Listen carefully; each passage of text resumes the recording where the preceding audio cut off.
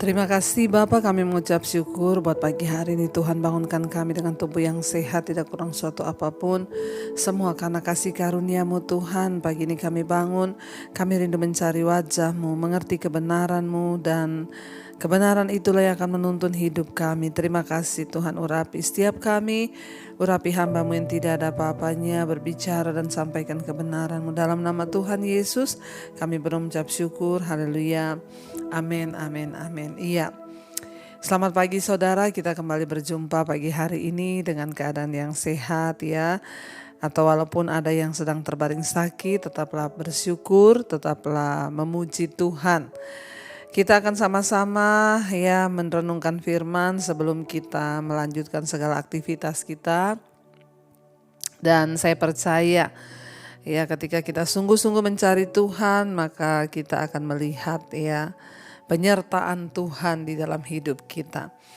Kita akan baca bersama hari ini firman Tuhan terambil dari Filipi pasal yang ketiga saudara. Filipi pasal yang ketiga ayat yang ketujuh, firman Tuhan berkata begini, tetapi apa yang dahulu merupakan keuntungan bagiku, sekarang kuanggap rugi karena Kristus. Malahan segala sesuatu kuanggap rugi, karena pengenalan akan Kristus Yesus Tuhanku lebih mulia daripada semuanya. Oleh karena dialah aku telah melepaskan semuanya itu dan menganggapnya sampah, supaya aku memperoleh Kristus. Ayat 9, dan berada dalam dia bukan dengan kebenaranku sendiri, karena mentaati hukum Taurat, melainkan dengan kebenaran karena kepercayaan kepada Kristus, yaitu kebenaran yang yaitu kebenaran yang Allah anugerahkan berdasarkan kepercayaannya. Berdasarkan kepercayaan. Saudara, Rasul Paulus menulis surat kepada jemaat yang ada di Filipi, dan itu adalah firman Tuhan ya, sebab dia menulis dengan pengurapan Roh Kudus. Dikatakan di sana ya, dia berkata bahwa apa yang dulu merupakan keuntungan bagiku, sekarang kuanggap rugi karena Kristus. Apa yang menjadi keuntungannya Rasul Paulus dulu sebelum dia mengenali Yesus saudara? Yaitu ya bagi dia membunuh orang Kristen, membunuh para pengikut Kristus, menganiaya orang percaya, ya bahkan dia hidup di dalam dosa-dosa, itu adalah keuntungan. Tetapi ketika Tuhan menjamah dia, Tuhan menyelamatkan dia, dan Tuhan menyatakan kasih karunia-Nya kepada Rasul Paulus, dia berkata, tetapi apa yang dahulu merupakan keuntungan bagiku, sekarang kuanggap rugi karena Kristus. Dalam hidup manusia itu ya selalu manusia itu mau mencari yang namanya keuntungan. Ya kalau rugi itu siapa yang mau saudara? Sebelum Rasul Paulus mengenal Kristus, ya ada hal-hal yang merupakan keuntungan bagi dia, ya sesuatu yang menyenangkan bagi dia. Dan ternyata itu adalah hal-hal yang tidak berkenan di mata Tuhan. Tetapi dikatakan di sana ya itu dianggap sebagai satu keuntungan. Apa yang dahulu merupakan keuntungan bagiku, sekarang kuanggap rugi karena Kristus. Ternyata ya ada hal-hal yang dirasakan oleh Rasul Paulus yang mengubah paradigma atau cara pandangnya ya tentang keuntungan dan kerugian saudara ya. Semua manusia itu pasti pengen cari sesuatu yang untung ya dan tidak mau rugi. Tapi kok bisa ya saudara, perjumpaannya dengan Kristus tuh mengubah paradigmanya. Apa yang merupakan keuntungan sekarang menjadi kerugian. Ya berarti wow luar biasa banget ya kehadiran Kristus dalam kehidupan Rasul Paulus itu sangat-sangat luar biasa. Ya bayangkan ketika dia mengenal kebenaran, mengenal firman Tuhan, mengenal Kristus. Apa yang dulu merupakan untung sekarang rugi. Bisa ya orang itu bertolak belakang seperti itu. Itu yang dinamakan berubah benar-benar 180 derajat. Ya, yang tadinya menghadap ke sana sekarang menghadap ke sini, saudara. Apa yang dulu merupakan keuntungan sekarang kerugian. Nah, harusnya setiap kita pun yang mengaku percaya ke Kristus, ya mengaku mengenal Yesus, harusnya kita pun memiliki paradigma yang sama. Apa yang dulu merupakan keuntungan bagiku sekarang tuh kuanggap rugi. Ya, contoh bagi saya, dulu saya suka, saudara, waktu belum mengenal Yesus, saya suka pergi keluar malam, ya pulang tengah malam. Saya suka ya ada di luar melakukan hal-hal yang ya dulu saya merupakan keuntungan itu, saya suka melakukan hal yang seperti itu. Tapi ketika saya mengenal Yesus, ya semua itu ya merupakan kerugian. Saya menyadari ya kok saya dulu bodoh banget ya. Kenapa hal-hal itu ya dulu saya suka, tapi sekarang tuh aduh kok bodoh banget ya dulu. Ya, dan saya juga banyak ketemu dan mendengarkan kesaksian orang-orang yang bersaksi mengenal Yesus dan hidup mereka diubahkan. Mereka juga cerita, aduh ya Bu, dulu buat saya itu merokok itu keuntungan. Pokoknya kalau nggak merokok itu rugi. Ya pokoknya kalau ya sudah merokok itu rasanya bahagia. Pokoknya kalau merokok itu rasanya ini. Tapi sekarang Bu, sejak saya mengenal kebenaran, sejak hidup saya di jamaah Tuhan sungguh-sungguh, aduh ya bodoh banget saya merusak tubuh saya, bait Allah ini sekian lama saya ya. Coba kalau dari dulu saya mengerti. Artinya apa saudara? Kehadiran Kristus dalam hidup kita itu harusnya mengubah paradigma kita dan membawa sesuatu yang baru. Sangat rugi kalau kita ini mengaku mengenal Yesus, tapi ternyata kita masih hidup dengan paradigma yang lama dan kita tidak mengenal kebenaran Tuhan. Ya, dan dikatakan di sini Rasul Paulus berkata, apa yang dulu merupakan keuntungan sekarang kuanggap rugi. Ayat yang ke-8, malahan segala sesuatu kuanggap rugi karena pengenalan akan Kristus Yesus Tuhanku itu lebih mulia daripada semuanya. Oleh karena dialah aku telah melepaskan semuanya itu dan menganggapnya sampah supaya aku memperoleh Kristus. Jadi di sini Rasul Paulus berkata malahan segala sesuatu, ya segala sesuatu itu kuanggap rugi.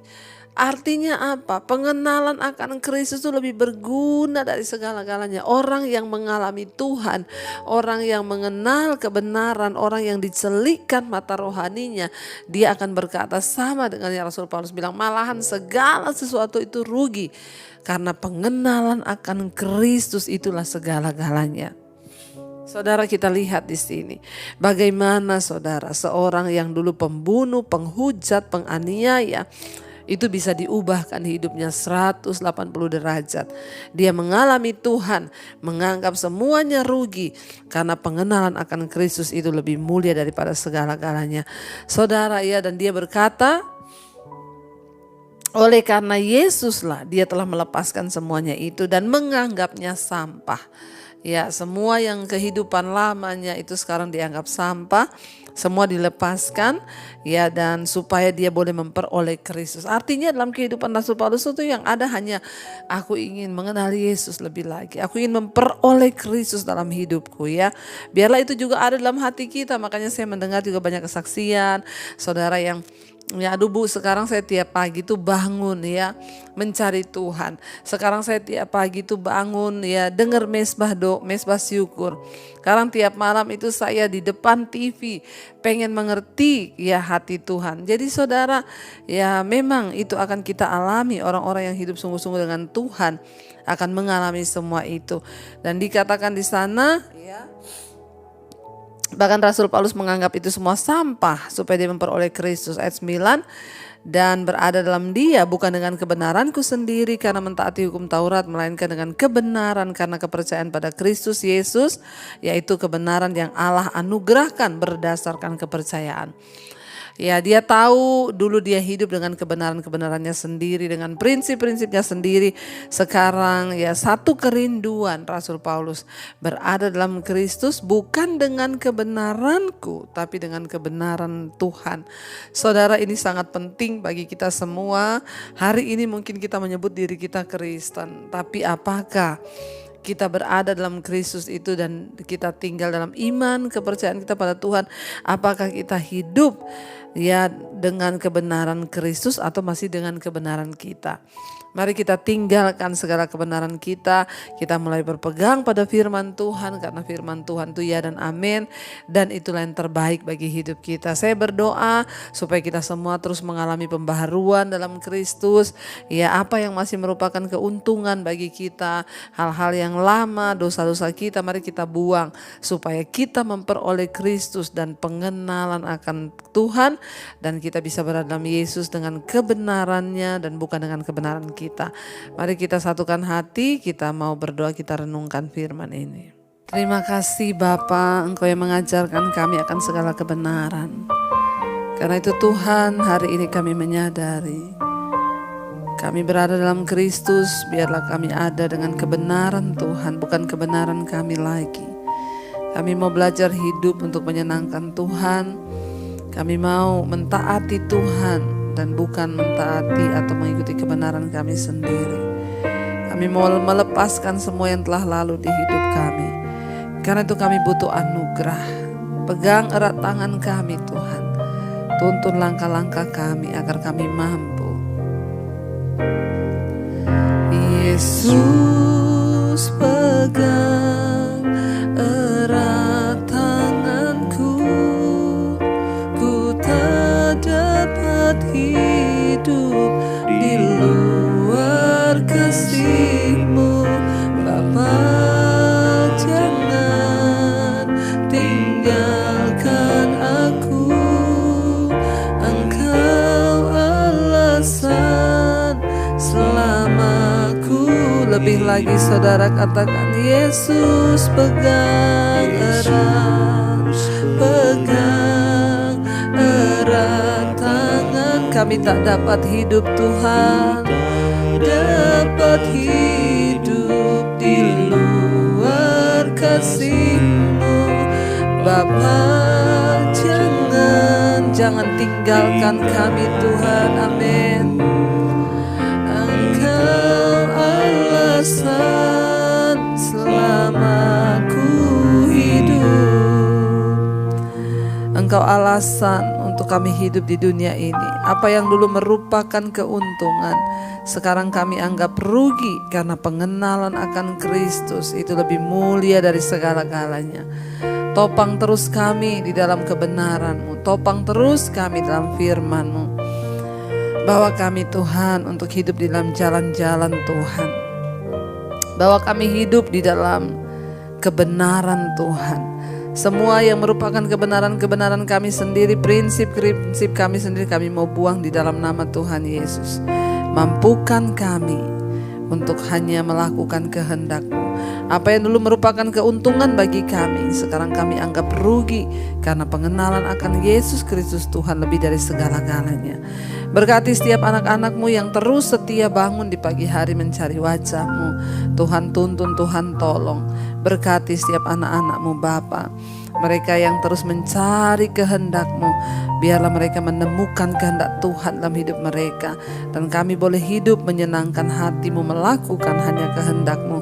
Berkati setiap mereka yang bekerja, sekolah, kuliah, Tuhan tuntun sertai dimanapun berada. Perlindungan Tuhan sempurna bagi anak-anak-Mu.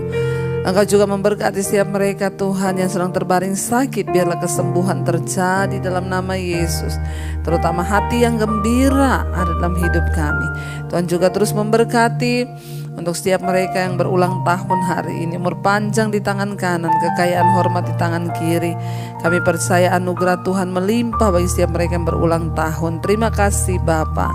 Juga terus memberkati Tuhan untuk setiap mereka dalam pergumulan yang berat. Biar mereka boleh keluar dari setiap pergumulan dan mengalami kemenangan di dalam Engkau. Bangsa dan negara kami serahkan dalam tangan Tuhan. Engkau yang pegang kendali atas bangsa Indonesia. Tutup bungkus bangsa kami dengan kuasa darah-Mu yang kudus. Terima kasih Bapa. Demi hidup kami, roh, jiwa, dan tubuh kami serahkan dalam tangan kasih kuasa-Mu. Biarlah kemenangan demi kemenangan boleh kami alami di hidup kami. Mari kita berdoa. Bapa kami, saudara. Bapa kami yang ada dalam sorga, dikuduskanlah nama-Mu. Datanglah kerajaan-Mu. jadilah kehendak-Mu di bumi seperti di sorga.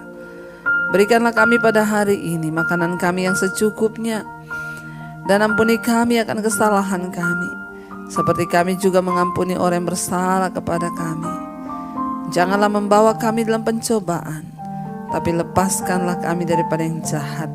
Karena Engkaulah yang empunya kerajaan dan kuasa dan kemuliaan sampai selama-lamanya. Mari buka hati kita dan tangan kita di hadapan Tuhan. Terimalah kiranya berkat dari Allah Bapa, cinta kasih Tuhan Yesus Kristus, penyertaan Allah Roh Kudus menyertai hidupmu. Mulai pagi hari ini bahkan sampai kali yang kedua, Tuhan Yesus beserta memberikan kekuatan, kemenangan, dan nama kita tercatat di dalam kitab kehidupan. Dalam nama Tuhan Yesus yang percaya diberkati Tuhan, katakan bersama, amin, amin, amin. Tuhan Yesus memberkati, shalom dan Immanuel.